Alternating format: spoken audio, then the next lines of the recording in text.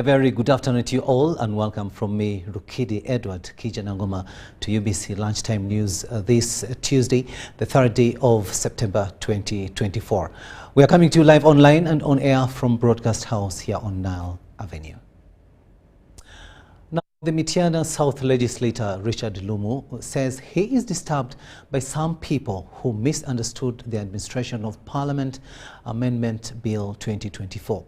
He says the private members' bill in question is to strengthen and ease flow of business in Parliament. We have more in this story. During Parliament's regional sittings in Gulu, Mityana County South legislator Richard Lumu introduced to Parliament a private members' bill titled the Administration of Parliament Amendment Bill 2024. The bill focuses on the selection of the Leader of Opposition and the Opposition Chief Whip. I feel Parliament and the presiding officers are trying to target the Leader of the Opposition because he's being very strong and very straight. Now that the Speaker has allowed this, I think let her allow the other amendments to the Administration of Parliament Act. But also secondly, I'm not sure what the intention of the movers is. Because at the end of the day, somebody might also move that let us also elect the leader of government business. The bill has raised mixed reactions as some stakeholders criticize the spirit of the bill coming at a time when Parliament has been on the scent of corruption allegations, largely fronted by the opposition wing led by Leader of Opposition, Joel Senyonyi. That is not what I'm doing. I am simply strengthening it. I'm simply widening it. I have also seen people saying that, this Lumu now is being supported by the government and the president. Whoever is thinking like that, if it's not shallow, is only myopic. Because we have been here in Parliament, we went to our constituencies and we are elected from there. Lumu says some members of Parliament and the public narrowed the bill to personalities. For people who have gone to school enough, some of you included, if you have a different idea from a colleague, first of all, you don't release dogs. The other one, you don't quarrel. The other one, you don't become bitter. The other one, you don't become crazy. You don't make yourself mad. What you do, you also make a counter argument. In the same bill, the legislator is bringing up a system for members of Parliament to elect the Deputy Speaker from a different party. Know why we are here. There are two sides. One is the opposition, another one is in the government. But all speakers are from one side of the government. What stops us from having a Deputy Speaker coming from the opposition? The MP cites how this bill will ease removal of individuals in Parliament that are not carrying on their duties accordingly. We should not come here, want to remove someone, you sit down on the table there for 3 months, just looking for a way of removing him. Now, I want to ease the way we remove some people. MP Lumu says the bill in question is still under drafting and consultations and is expected to be out by the end of this week. Lydia Chomkama and Gloria Gutavinji, Parliament. In a related development, opposition members of Parliament have been called upon to put their house in order to be able to resist the manipulative politics that is ensuing in the August House. The appeal was made by the President, FDC Katonga faction, Arias Lukwago, while addressing the media on the motion moved by the Mityana South Member of Parliament, Richard Lumu, on opposition members of Parliament electing the Leader of Opposition. While addressing the media, the President FDC Katonga Arias Lukwago said they disagree with the idea of the opposition members of Parliament electing the Leader of Opposition because it will be killing the principle of multi-party democracy. This follows the Mityana South Richard Lumu moving a motion of a bill to amend the Administration of Parliament Act for all opposition members of Parliament to elect the leader of opposition. A call to our colleagues in the House, put your house in order, put your troops in order. It does no harm for the MPs to sit and harmonize their respective positions in our backyard, in the Parliament. And we need to put a buffer there. We need to put a bulwark, because as events unfold today, it's really disturbing. Sexism, the kind of faulty lines within the opposition created by the manipulative politics, to desist against it. The chairman FDC Katonga, Ambassador Waswabirigwa, says this proposed amendment is being used as a test with plans to come up with a new system for electing the president. But he has already made arrangements to be elected by the member of parliament. So we are going to go towards a new system whereby a party that has a majority in parliament will declare their leader or chairman, the president of Uganda, through the parliamentary. Some of you may know about this, but this has happened before.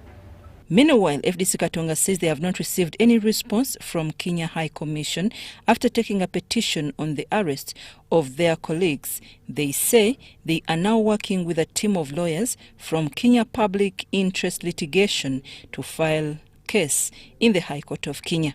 But in addition to that, we have instructed lawyers in Kenya to file a petition in the High Court of Kenya against the government of Kenya for being complicit in the kidnap of our colleagues. In the High Court Kenya to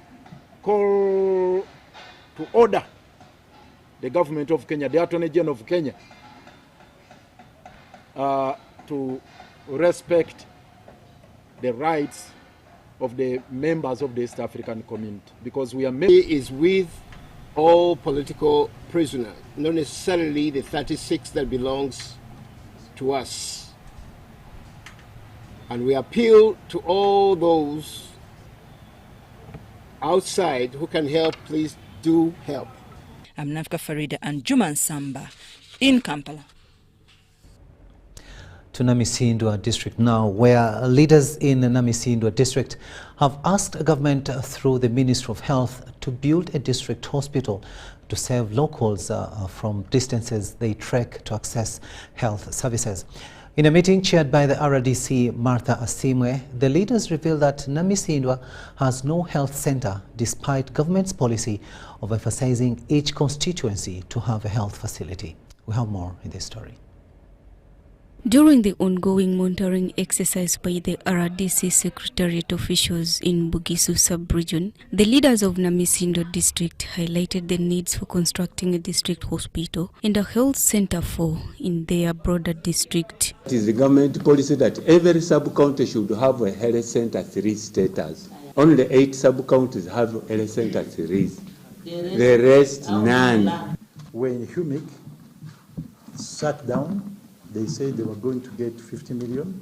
They started on the theater, and also the district council here decided that they look for 53 million to add it to make it 103, so that the theater that is started. According to the leaders, the district has 29 sub-counties but operates with only 8 health center 3s and more so without any health center 4. A health center is covering 7 sub-counties and can be even more than 7. So it means we are short of the health facilities. At 6 services a week. You can see even the place is overcrowded with the mothers. So I can say generally, if you look at our OPD, it is not a modern facility. Also, it is very small. So the congestion is too much. If they can also put up the new structure, that one would be very okay. In a bid to enhance health service delivery at this health facility, the government is constructing another block to cater for the bigger population that seeks services at the facility. I can say it will save the lives of very many people. The other services will be offered from here and the things will move on very well. We are appealing to the government that if it can come on board, such that they pay the remaining money, such that this theatre is finished very fast. Meanwhile, the team of officials from the RDC Secretariat expressed concern on the big number of teenage pregnancies, which they say may turn down government efforts of constructing seed schools in the sub-region. Here we are constructing seed schools, we are constructing primary schools. Who are going to go into these primary schools? This laissez-faire attitude, this kind of mindset which is very negative, as if you're not serving your own country and your own people. Charity Marion Imnat and Muhammad Diga for UBC News. We'll now take a short break, but we'll be returning with much more. Do stay with us.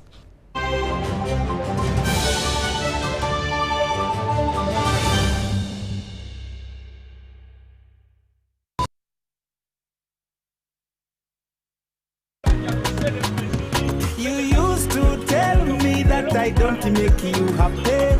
All that time you would be complaining. I'll call you every day, yeah yo, baby don't know. You can now get all the Chibuzi out with MTN voice bundles. Call all networks. Kubei Dondoro. Buy a 25-minute voice bundle for only 1,000 or buy any daily voice bundle of your choice. Dial *100 *21# and select daily or use the My MTN app. When we talk together, we are unstoppable.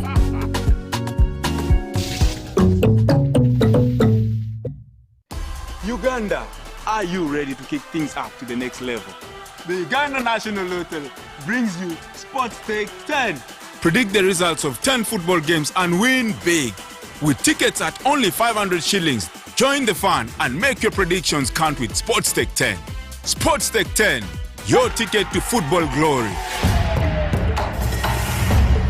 Uganda National Lottery. Dream, play, win. Participants must be 18 years or older. Play responsibly. The Uganda National Lottery is operated by Ituba Uganda and regulated by the National Lotteries and Gaming Regulatory Board.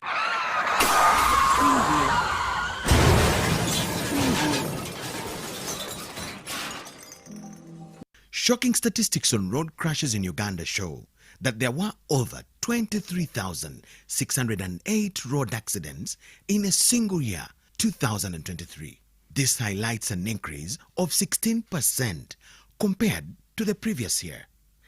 The Uganda Traffic and Road Safety Report of 2023 also shows that there were 24,728 casualties from road crashes, with 4,806 people dead, 16,736 seriously injured, and 3,186 escaping with minor injuries. The rampant increase in the number of road crashes and casualties in Uganda is seriously alarming.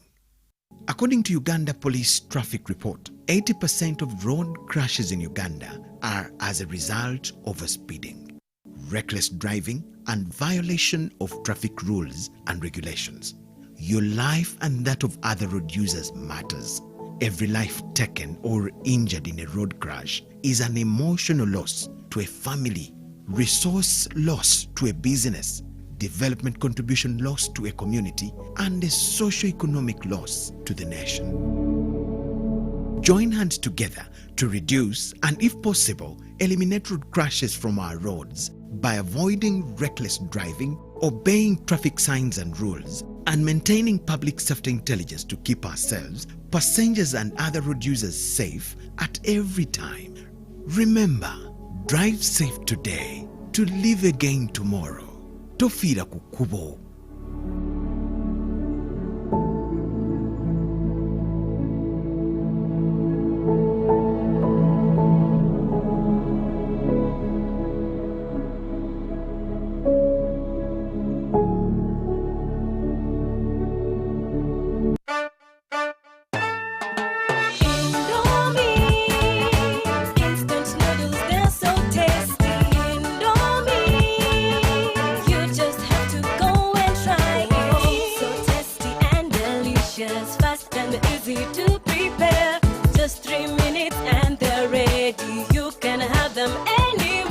Indomie Instant Noodles is available in 3 flavors of chicken, beef, and vegetable. Buy your Indomie Instant Noodles in supermarkets and dukas near you anywhere across Uganda. Indomie Instant Noodles, Uganda's best loved noodles.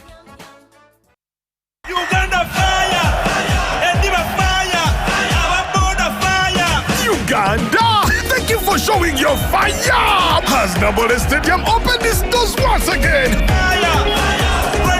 While you were moving in, you were the 12th player. When Uganda Cranes needed you the most. Through our famous wins against Tubakunda and our unlucky losses, you stood firm, supporting even louder. Now, as Uganda Cranes take on South Africa and Congo this September, South Sudan in October, and play our second legs against South Africa and Congo in November, bring even more fire! Because with your support, Uganda Cranes is unstoppable! Uganda fire! Proudly brought to you by MTN, the #1 supporter of Uganda Cranes. Together, we are unstoppable.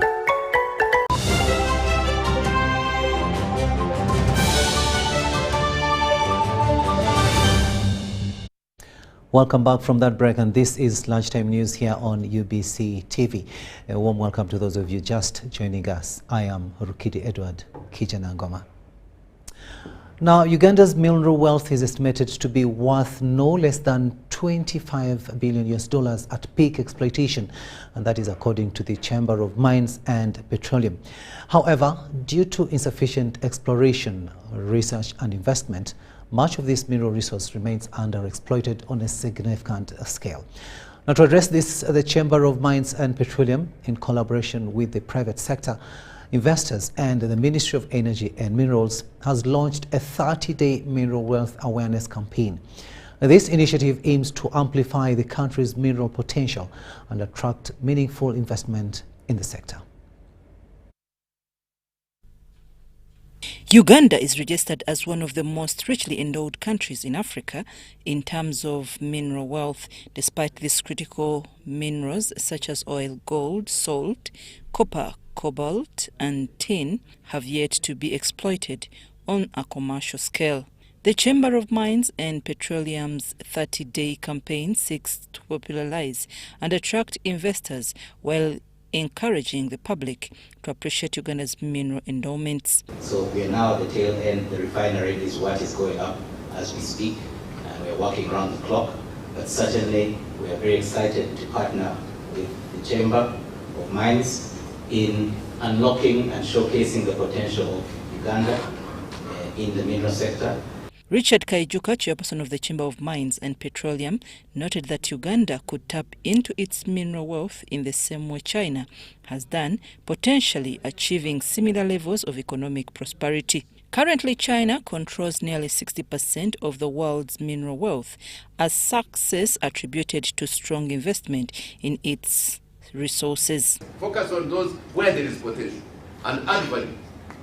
What people do not know is that if you added all these and this country had more than 10 of those, you would be getting more money from minerals than you get from oil and gas. That is a message I want everybody to know. However, we will continue making this a song until serious players have gone into exploration. Kaijuka, a former Minister of Energy and Natural Resources, urged Ugandans to take an active interest in the large-scale mining sector as a means of harnessing the country's natural wealth. Outcries out there saying, please, please, please, come and join us, invest in the exploration area of mining so that we can have the next 10 years. I am convinced beyond doubt that in the next 5 to 10 years, if we invested in a focused manner, the way I'm describing, I am almost sure our contribution to GDP, our contribution in terms of foreign exchange earnings and so on, will be second to none. Kaijuka was speaking at a press briefing organized by the Uganda Chamber of Mines and Petroleum in Kampala. The event was also addressed by Agre Ashaba, chairman of the governing council of the chamber, and Humphrey Asimwe, chief executive officer of the chamber. So our job as Uganda Chamber of Mines and Petroleum is largely, if I was to go into a layman's language, is to market and sell our mineral potential as well and as good and as brilliantly as possible, so that we can attract the people that we desire to be able to invest in our country. The 30-day Mineral Wealth media campaign will include field excursions to emerging mines such as Wagagai Gold Industries Limited in Busia, among others. The campaign will culminate in a mineral wealth conference aimed at showcasing Uganda's critical mineral wealth potential. I'm Nafka Farida and Vincent Wamondu. Now, the Presidential CEO Forum is set to hold the 5th biannual retreat in Gulu City from the 12th to the 14th of September 2024 under the theme Battle to Greenfield, transforming northern Uganda into a commercialized production and logistics hub for export. President Yoweri Museveni is expected to be the chief guest at this landmark event that is expected to bring together over 1,000 indigenous CEOs from the northern region of Uganda, including development partners, MDA representatives, political, cultural and religious leaders. And after that, we shall have a group. This theme is grounded in the background of northern Uganda. For a long time, northern Uganda was basically a battlefield, experiencing serious war as a result of the Lord Resistance Army. But we have seen for over the past 15 years now, there has been peace, not just relative peace, but absolute peace. So people are now able to produce, but we want to move that production capacity into export. This is also the reason why the logistical hub has been chosen. We want to see the products from northern Uganda being taken to Congo, being taken to South Sudan, and being taken into other places as well. The 5th Presidential CEO Forum retreat, it reflects on what the government of Uganda has done and it plans to do to tap into the big potential of northern Uganda. As you are aware, the biggest chunk of arable land in Uganda is located in northern Uganda. And on top of that, the conditions in northern Uganda are very good for agricultural production, including both crop and livestock production. And as we have already said,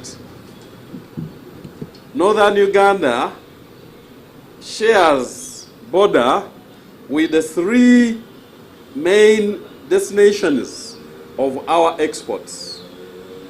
Kenya, that takes 40%, almost 40% of our exports. Southern Sudan, that takes more than 20% of our exports. And the DRC, that also takes more than 20% of our exports. His Excellency, the President of the Republic of Uganda, His Excellency General Yoweri Kaguta Museveni, will be the chief host of this retreat.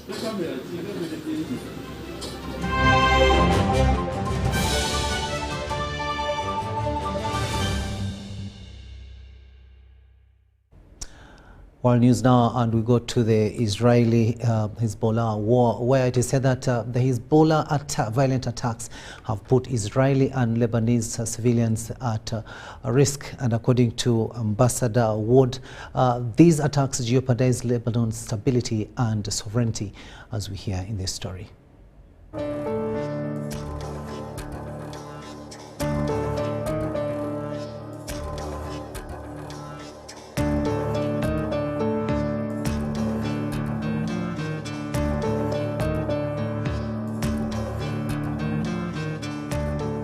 However, that stability was shattered on the morning of October 8th, when Hezbollah initiated a barrage of rocket attacks on Israel. Hezbollah's violent attacks put Israeli and Lebanese civilians at risk. They jeopardized Lebanon's stability and sovereignty. There is no dispute that Iran, in clear violation of the arms embargo in Resolution 1701, provides Hezbollah with the majority of the rockets, missiles, and drones that are fired at Israel.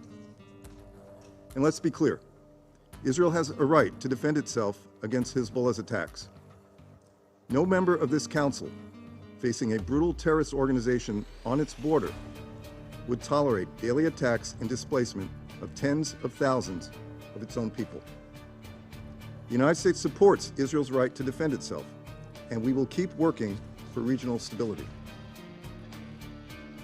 We do not want to see conflicts intensify and spread.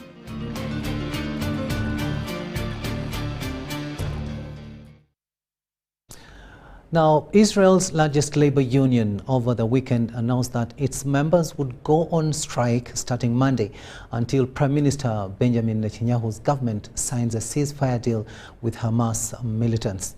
Now, developments that happened after 6 Israeli hostages were found shot in the head in a tunnel in southern Gaza. Just days after their families screamed to the hostages on loudspeakers at the Israeli-Gaza border, the Israeli army announced that 6 hostages were found in a tunnel in southern Gaza. The murdered hostages included Hirsch Goldberg Poland, a dual U.S.-Israeli citizen. They were cruelly murdered by Hamas terrorists shortly before we reached them. They were abducted alive on the morning of October 7th by the Hamas terror organization. Their bodies were found during combat in Rafah in an underground tunnel, approximately 1 kilometer from the tunnel from which we rescued Farhan al-Qadi a few days ago. The Israeli press says that rescue may have provoked Hamas to kill the 6 hostages, fearing the Israeli soldiers were getting closer. It was also reported that 3 of the 6 killed were set to be released on humanitarian grounds in the first stage of a ceasefire, including Goldberg Poland and 2 women. In mass demonstrations around the country, protesters say the government is sabotaging a hostage release deal in favor of maintaining a military presence along the Gaza-Egypt border. This policy decision was confirmed by government cabinet ministers a few days ago, and according to Israeli press reports, Prime Minister Benjamin Netanyahu acknowledged that their decision likely meant the collapse of negotiations over a hostage deal. But after the killing of the 6 hostages, Netanyahu blamed Hamas for the lack of any hostage deal. These days, while Israel is conducting intensive negotiations with the mediators in a supreme effort to reach a deal, Hamas continues to firmly refuse any proposal. Whoever murders abductees does not want a deal.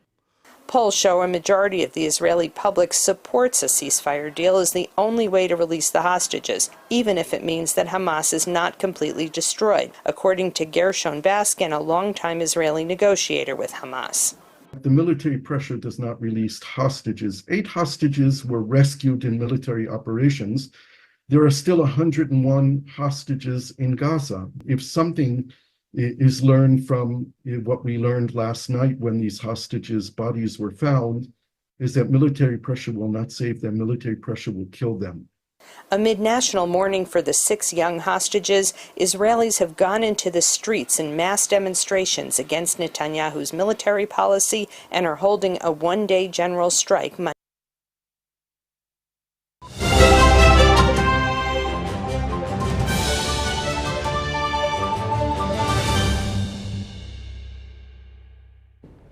Sports news now, and State Minister for Sports Peter Ogwang has visited Team Uganda in the Paralympic Games village. He was accompanied by the National Council of Sports Chairperson Ambrose Tashobia and the Council's General Secretary Dr. Patrick Okwell. The Paris 2024 Paralympics have entered day 6 with no Ugandan in action. This gave the State Minister for Sports Peter Ogwang an opportunity to visit the camp.